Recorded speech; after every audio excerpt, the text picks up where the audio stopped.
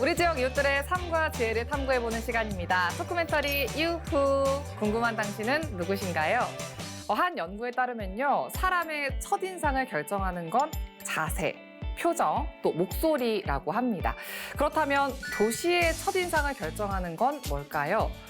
그 도시만의 독특한 건축물일 수도 있고요, 랜드마크일 수도 있고 음식일 수도 있는데요. 가장 중요한 건 그 도시에 사는 사람 아닐까요?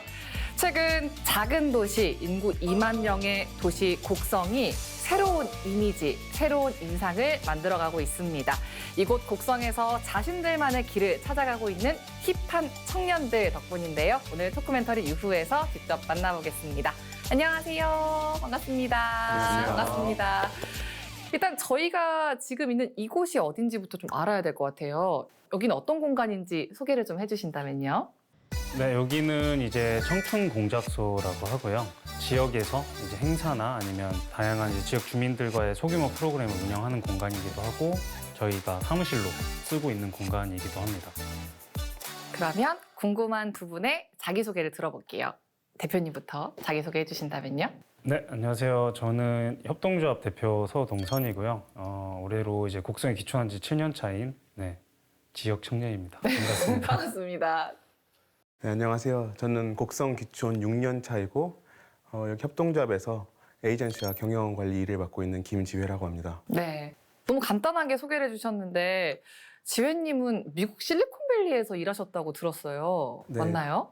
저는 대학교 졸업하고 한 1년 반 정도, 2년 정도 저 전자현미경 만드는 회사에서 개발자로 일을 좀 했었습니다. 아니 근데 그 일을 하시다가 곡성으로 오신 거잖아요. 네. 얼마나 매력 있는 일을 제안하셨길래 저런 인재를 곡성에 데려오신 건지 궁금한데 협동조합이 어떤 곳인지 또 대표님 직접 소개해 주신다면요. 저희는 이제 지역을 디자인하고 개발하는 이제 로컬 에이전시 사업이랑 그리고 이제 인구 이동과 관련된 사업, 그러니까 이제 지역으로 사람을 유입시키는 일들을 하고 있고요. 대표적으로 로컬 에이전시 같은 경우는 이제 지역에 있는 현안을 가지고 이걸 문제화시키고 이걸 이제 비즈니스화 혹은 솔루션화를 해서 쉽게 말해서 돈을 버는 일을 하고 있고요. 인구 이동은 이제 좀 더 이제 공적인 부분이 가미가 돼서 이제 좀 더 지역 정책이랑 맞물려서 이제 인구 유입 정착과 관련된 그런 사업들을 지금 운영을 하고 있습니다. 일단 이번에는 사회적 경제 관련해서 올해는 좀 사업 확장을 좀 해보려고 하거든요. 원래는 사회적 경제 조직이 이런 시장 경쟁성, 지속 가능성 측면이 좀 약한 부분이 있는데 갖춘 기업으로 좀 도전할 수 있게 저희가 고용을 해서 잘 해결할 수 있도록 도와주겠다. 그쪽 니즈랑 우리가 맞춰서 라든지 아니면 공작소라든지를 좀 이용하실 수 있게 진행을 하기 때문에 각 시군구 혹은 그 인접 지역에 있는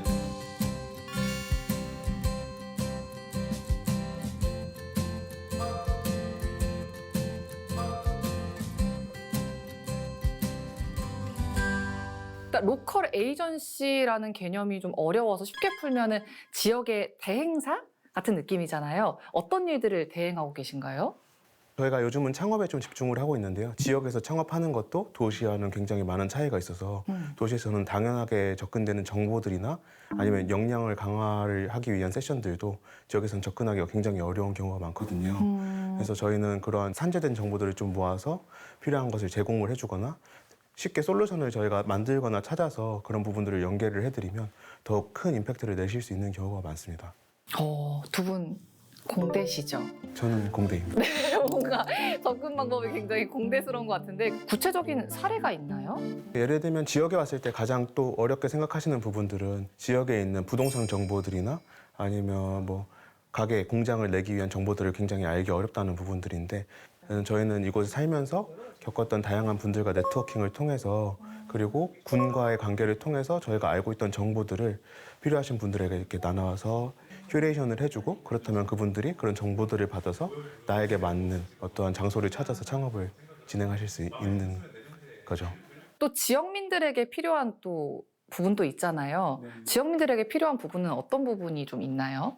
뭐 예로 들면 이제 예전에 이제 토란 농가에서 이제 이렇게 토란 농사를 지으시던 분이 있는데 이분이 이제 가공 선별할 때 여기 시간이 진짜 많이 들거든요. 이게 근데 이제 이거를 좀 쉽게 해결해 줄 수 있는 이제 선별 장치 기계를 이제 만드셨어요. 네. 그래서 저희가 그거를 이제 토란 정미소라는 개념으로 좀 올인원 시스템, 토란을 그냥 가져오면 토란대라든지 이제 토란을 크기별로 선별하고 세척하고 하는 거를 한 번에 정미소처럼 해줄 수 있는 그런 시스템을 이제 구축을 해드리고 그거에 대한 이제 투자 지원을 받을 수 있도록 도와드리고 건물 그렇게 실제로 이제 정미소를 짓고 그리고 이거를 이제 지역별로 보급하는 이런 뭐 그런 과정을 이제 함께 거치기도 하고요. 쉽게 말하면 이제 저희는 좀 비즈니스적인 파트너 역할을 같이 많이 해주면서 이제 그분이 직접 인력을 구하거나 본인이 못하는 부분들에 있는 프로세스를 이제 저희가 들어가서 진행을 해주고 그렇게 좀 사업화하는 능력을 좀 갖추게 하는 일들을 좀 많이 하고 있고요. 그래서 대표적으로 협동조합에서 하는 일 한 가지 일단 로컬 에이전시에 대해서 이야기를 해주셨고 인구 이동 프로젝트를 또 얘기해 주셨어요. 이건 어떤 건가요? 인구 이동은 이제 실제로 이제 저희도 귀촌을 했었고 그리고 귀촌하고 정착하는 과정에서 겪었던 어려움들이 있었거든요. 그래서 이 부분을 어떻게 풀 수 있을까에서 출발을 했고 둘째로는 이제 저희가 여기 내려왔던 이유도 이제 저희 같은 애들이 더 있으면 좋겠다도 있었고 어떤 그런 커뮤니티를 이루려던 게 있었어가지고 그래서 이제 우리랑 비슷한 애들을 찾아서 여기로 데려오자라는 취지에서 시작이 됐었고 이제 진행을 하다 보니까 이제 이 인구 이동이 지역 인지 유입 정착 이렇게 좀 3단계로 보통 나뉘거든요. 인지, 유입, 정착. 그래서 인지 유입 정착에 맞는 이제 프로젝트나 혹은 서비스를 이제 만들어서 이제 시작을 하게 됐었고요. 지역 인지 같은 경우는 이제 저희가 농담 매거진이라고 서울에 있는 청년들 대상으로 발행하는 매거진, 뉴스레터 같은 게 있어요. 그래서 거기는 어떤 내용이 들어가요? 저희는 이제 처음에는 진짜 그 에디터의 일상, 여기 협동조합에 일하려고 전입한 친구가 실제 살아가면서 느꼈던 현실적인 이야기들을 처음에 이제 주로 다뤘었고요. 네. 그래서 쉽지 않다. 네. 하지만 이제 거기에 이제 좀 더 에세이적인 이제 감성을 더해 주셔가지고 그렇게 한 2년 차 정도 됐을 때 한 1,500에서 지금 1,900명 정도가 이제 그걸 보고 있고 농담을 받아보고 계세요, 네네. 실제 레터로. 그리고 지금은 이제 군에서 살아가는 또 다른 사람들이 또 많거든요. 뭐 청년 지역 주민 이렇게 특집 기사처럼 만들어서 이제 그들의 인터뷰 일상에 대해서 이제 이야기를 하고 그거를 이제 좀 홍보하는 식으로 이제 진행을 하고 있고요. 그럼 농담을 통해서 이제 서울에 있는, 그러니까 도시에 있는 사람들이 곡성에 대해서 알게 되는 거네요. 지역 인지, 네. 말 그대로. 그리고 청춘작당이라는 저희가 프로그램을 진행을 했었는데 그건 이제 인구 유입 프로젝트인 거죠. 인구 네. 유입 프로젝트고 이제 농촌 100일살이 쉽게 말해서 그래서 1년에 한 기, 1기, 2기, 3기 이렇게 이제 3년 동안 이제 진행을 했었고 100일 동안 이제 곡성에서 살면서 지역을 알아가고 그리고 이제 지역에서 관계를 맺는 연고지 역할을 만드는 이제 프로젝트였습니다. 그리고 그때는 이제 청춘작당을 통해서 이제 남으신 분들이 26분 정도가 3년 이상 지금 이제 완전히 정착을 하셨는데 이제 그분들이 커뮤니티, 그러니까 연고지가 되는 거죠. 새로 오시는 분들한테는. 그렇게 이제 처음엔 저희가 연고지였고 그다음에 이제 청춘작당 커뮤니티가 연고지가 되고 나중에는 이제 더 넓은 수준의 어떤 곡성이 연고지를 해주는 그랬을 때 이제 진입 장벽이 굉장히 낮아지거든요. 실제 이제 청춘작당이 끝난 이후에 이제 100일 동안 곡성에 살아보고 나서 정착하신 분들도 한 29분, 6분 정도 된다고 하셨잖아요. 그분들 지금도 살고 계신가요? 지금은 14분 정도 계시고요. 네. 정착에 필요한 일자리를 결국은 안정적인 일자리를 못 구해서 그러신 분들이고 지금 남아 계신 분들은 이제 완전히 창직을 했든 취업을 했든 이제 본인만의 어떤 경제 수단을 가지고 이제 살 수 있는 분들이 지금 남아 계시고. 어떤 일 하면서 살고 계세요, 그분들은? 좀 다양합니다. 뭐 여기 사진관 만드신 분도 있고 새로 그리고 뭐 영상 스튜디오 하는 팀도 있으시고 취업하신 분들은 이제 곡성 내에 있는 회사에 이제 취업을 하시는 케이스. 제가 이야기를 쭉 들어봤더니 청춘작당이란 프로그램이 다른 지자체 프로그램들과는 다르게 굉장히 좀 매력 있게 잘 꾸려진 것 같다라는 생각이 드는데 왜 이게 3기까지만 하고 끝났더라고요. 왜 더 안 하세요? 이제 저희가 그렇게 3년을 해보니까 이 토양, 곡성이 사람을 받는 어떤 토양, 그 기반을 좀 다져야 이런 것들이 유의미하겠다라는 이제 판단이 좀 됐었고, 그래서 이제 3기 이제 후반부 21년도 한 8, 9월에 이제 청춘작당을 하면 안 되는 이유에 대해서 이제 보고서를 써가지고 이제 군에 줬죠. 하면 안 되는 이유가 뭐였어요? 아, 이거는 밑 빠진 독에 물 붓는 세금 낭비다가 저희 생각이었어요. 그러니까 사람을 데리고는 올 수 있었어요. 그때는 이제 브랜드 파워가 있었으니까. 근데 이제 이 사람들이 오래 못 버틴다. 곡성군에서. 저 방금 네. 이야기하신 것처럼 이제 3분의 1 정도가 3기까지 끝나고 정착하기로 했지만 또 그중에서 많은 분들이 떠나시는 걸 보면서 약간 회의감이 많이 드셨을 것 같기도 해요. 사실 90명 중에 46명이 사실은 시도를 하셨어요. 실제로 절반 가까이가. 아, 정착하려고? 네. 근데 이게 왜 이게 유명했냐면 청춘학당이 원래 이런 관련된 사업들이 보통 총 평균이 0.6%에 남는 사람. 그러니까 어려워요. 이렇게 하기가 어려운데 이제 저희는 그 공동체 커뮤니티성을 되게 잘 좀 분산시켜서 연구지 아까 말한 그게 작동하게끔 만들어놔서 그게 이제 포인트였는데 이제 이걸로는 한계가 있는 거죠. 사실 청춘작당을 통해서 곡성이 고향이 아닌 사람들에게도 고향 같은 매력을 느낄 수 있는 공동체를 만들어줄 수는 있지만 사실 그들이 살아갈 집과 또 일자리를 제공할 수는 없으니까 거기서 좀 한계를 느끼셨던 것 같은데 어떻게 보면 이 협동조합에서 첫 번째 성공 사례일 수도 있잖아요. 근데 이 성공 사례를 과감하게 접고 어떻게 보면 셀프 디스를 한 거잖아요. 마음이 좀 불편하셨을 것 같은데 너무 용기 있는 선택이셨던 것 같아요. 사실 저희는 저희 셀프 디스라고 생각하진 않았고 아, 이제 관을 깐 거죠. 도랑 어떻게 보면 오히려. 네. 네. 그리고 원래 그런 것들을 저희가 매 기수별로 하고 사업 평가를 한 다음에 이런 정책이 뒤따라야 돼. 그래야 다음 기수 준비가 된다 하면은 이제 이게 해주겠다 하고 이제 안 되는 것들이 좀 있었고 그러면 이제 안 해 막 약간 이런 식으로 저희도 나갔고 그러면 이제 어떻게든 해주는 식으로 그렇게 이제 좀 늦게 계속 정책이 따라오니까 이럴 바에는 아예 멈추는 게 낫겠다 이제 그렇게 결정했었고. 어쨌건 이제 지자체에서도 불만이 있을 수 있잖아요. 아니 너네가 잘하고 있는 거 우리도 같이 하자는데 왜 그만하냐 이런 불만의 목소리도 있었을 것 같은데. 저희는 약간 이런 인구이동과 관련된 사업이나 아니면 로컬 에이전시든 무조건 성과주의거든요. 저희는 성과를 확실히 내야 된다라는 입장이고 그리고 성과를 냈고 더 낼 수 있었는데 못 낸 거에 대해서 저희는 얘기를 한 거였고 그래서 이제 거기서 이제 불만보다는 그 다음 넥스트가 뭔데 그러면 그 넥스트를 하자라는 식으로 이제 이야기가 이제 전환이 그렇게 됐었고요. 네. 그래서 이제 단순히 어떻게 보면 청춘작당은 곡성에 사는 사람, 정주 인구를 늘리기 위한 프로젝트였는데 여러 가지 좀 어려움으로 접게 됐고 그 다음으로 시도하신 게 제 느낌엔 생활 인구를 늘리기 위한 시도였던 것 같아요. 워케이션 타운을 만드셨잖아요. 이건 어떻게 시작을 하게 되신 거예요? 청춘작당 이제 3기를 정리하는 과정에서 그 보고서 내용이 그거였어요. 그래서 우리는 기업을 데리고 와야 된다.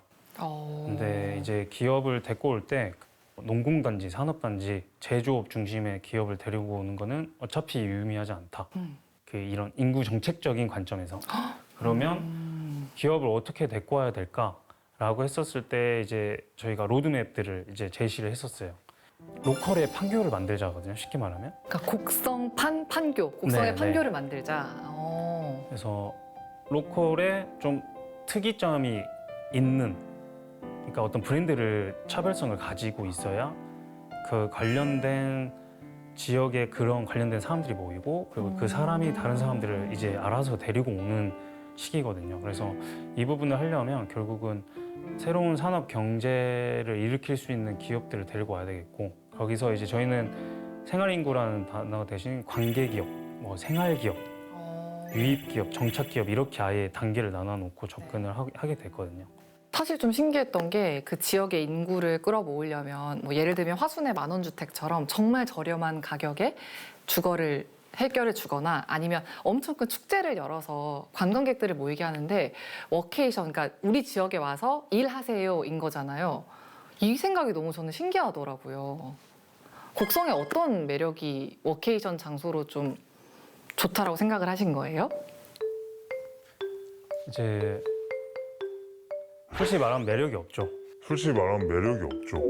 그러니까 매력이 없어서 네. 그러니까 예를 들어서 강원도나 제주도에서 이미 선구적으로 진행하고 있던 민간 기업들 뭐 땡땡이라든지 그쵸. 거기 이런, 제주지사가 네. 있는 곳도 있고. 그런 곳 같은 경우는 이제 뭐 B2C 기반으로 이제 이게 활성화가 되어 있던 관광을 이제 내세우면서 자연 환경을 내세우면서 이런 것들이 있었는데 사실 곡성은 그렇게 내세울 수가 없죠. 그렇게 내세웠다간 경쟁이 안 되니까 거기랑. 그래서 이제 저희는 애초에 이제 관광 이런 쪽으로는 접근을 애초에 시작을 안 했고 우리는 집중, 몰입 그리고 일을 더 열심히 할 수 있는 그런 좀 하드한 환경을 만들어야 되겠다라고 와. 이제 접근을 했고요.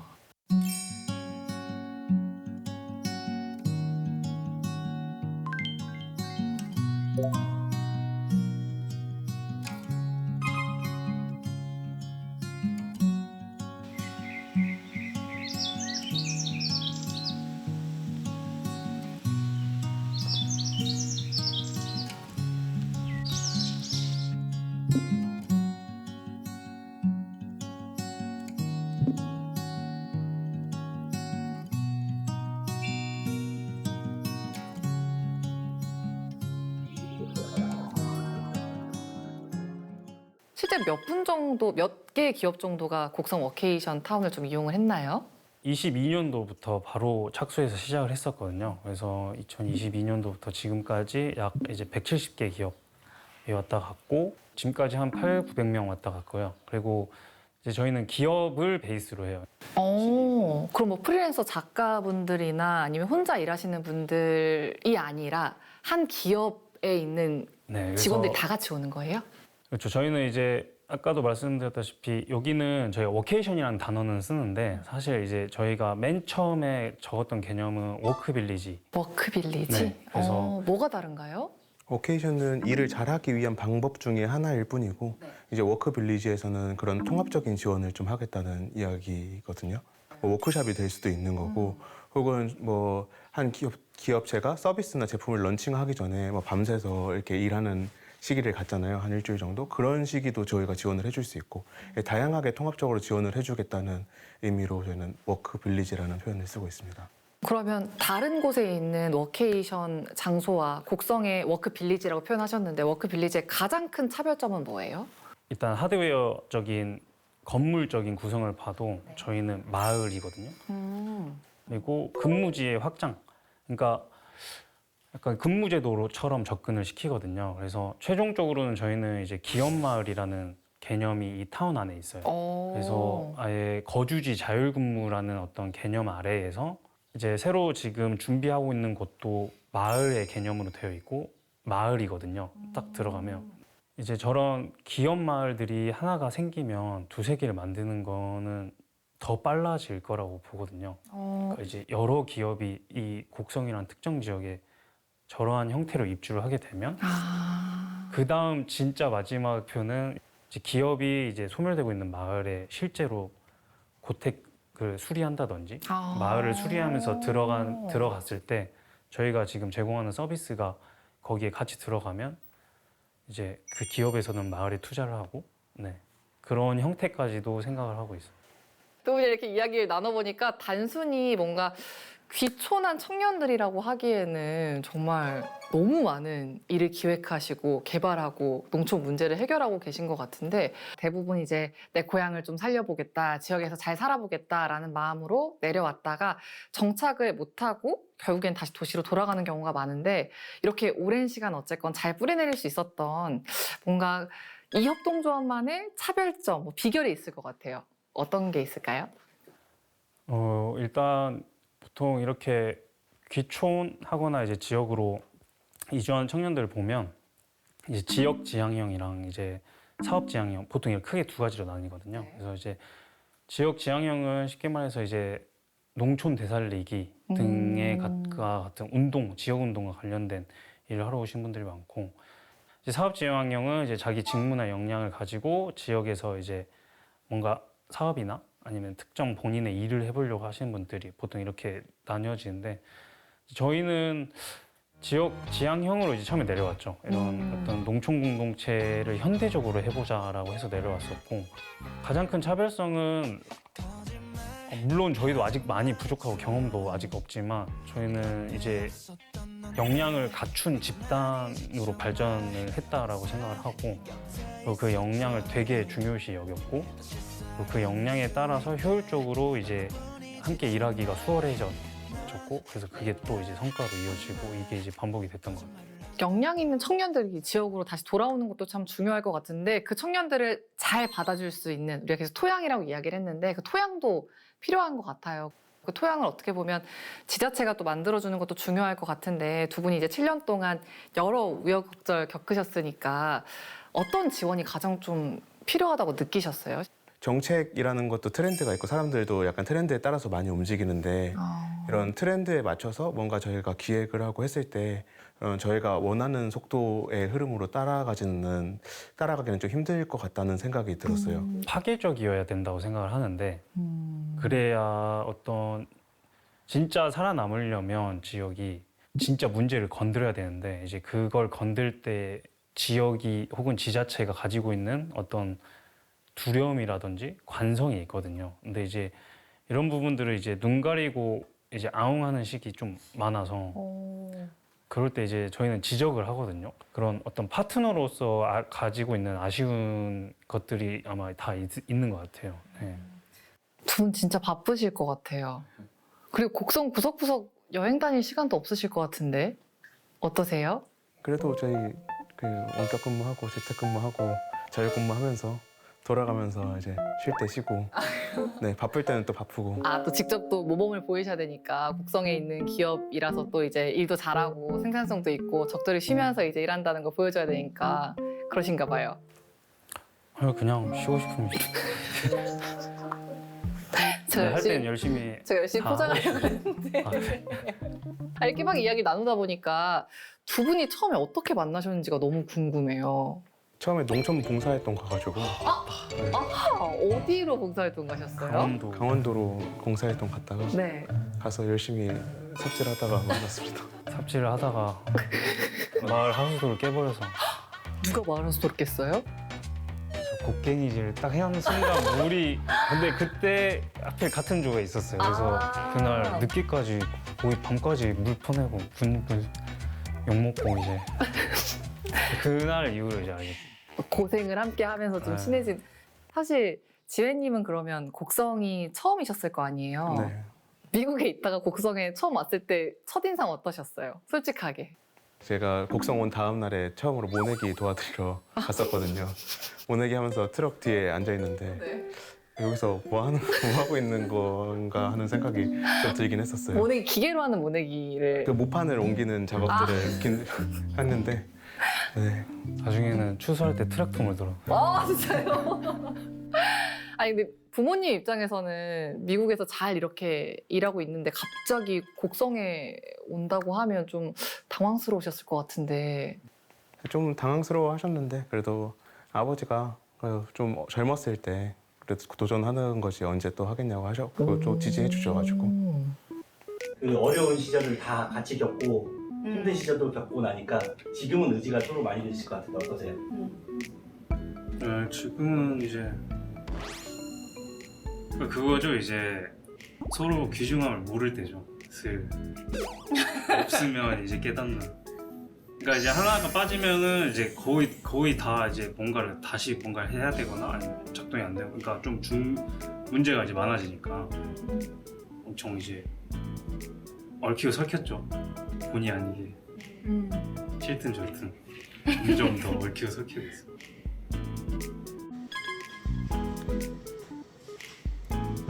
없었고 저희는 설명했죠. 저희는 건강 프로그램.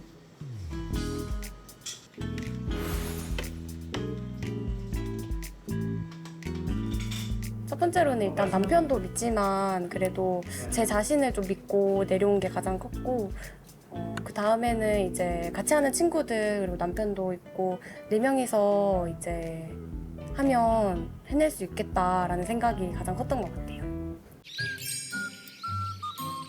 아빠 빠빠. 아빠 빠빠. 아빠 이따 보자. 그렇지. 그렇지. 이렇게 말이지. 오늘도 바깥놀이 할까? 우리 배도 어린이집에서 무슨 바깥놀이 할까 오늘은? 제이 무슨 놀이 할 거야? 약간 지향하는 아이의 모습이 좀 이렇게 자연에서 놀고 막 나무 보고 막 나뭇가지 줍고 약간 이런 것들을 좀 이렇게 좋다고 생각했었는데 지금 제이가 그렇게 잘하고 있어서 밖에서 돌 줍는 거 좋아하고 밖에서 노는 거 좋아하고 하는 것들이 여기가 아이 키우는 거에 좀 더 이점이 많다고 생각하고 있어요. 제가 어떻게 했어? 오늘 이제 두 분을 보면서 좀 그동안 두려워서 혹은 좀 잘 몰라서 지역에 살고 싶은데 못 내려왔던 용기를 못 냈던 분들이 있을 것 같아요. 그분들에게 해주고 싶은 조언 있으신가요? 혼자보단 그 친구를 찾아서 오시는 걸 추천을 드리고 도움이나 정책이나 뭐 얼마를 준다, 뭐 집을 준다 이런 것보다는 그 본인이 뭘 할 수 있고 본인 역량도 되게 사실은 중요해서 좀 역량을 키우는 일도 필요하고 본인의 역량이라면 어떤 걸 얘기하시는 거예요? 지원받을 만한 일을 해 약간 아니면 그런 준비를 해 너도. 저도 기본적으로는 동일한데 내려오는다가 끝이 아니라 내려와서 이제 다음 임팩트를 같이 내고 이제 서로 파트너 같이 그쵸. 성장해 나갈 수 있는 뭔가로 가야 될 것 같은데 그런 일방적인 관계로 생각하고는 내려오지 않았으면 좋겠다. 두 분도 지금 같은 이런 좋은 관계 계속해서 유지해 나가시길 바라고 또 사실 어떻게 보면 청년들이고 나이도 어리고 하니까 지역이 아닌 도시에서는 수많은 기회 중에 하나를 잡으면 되는 건데 지역에서는 이게 기회일지 아닐지 모르는 것을 계속 꾸준히 따라가야 되는 거잖아요. 두 분이 따라가는 길은 기회인 것 같다는 생각이 제가 들었습니다. 앞으로도 사업 열심히 하시고 또 더 많은 분들이 우리 협동조합 두 분 보고 곡성에 정착할 수 있기를 바라겠습니다. 오늘 이야기 잘 들었습니다. 감사합니다. 고맙습니다.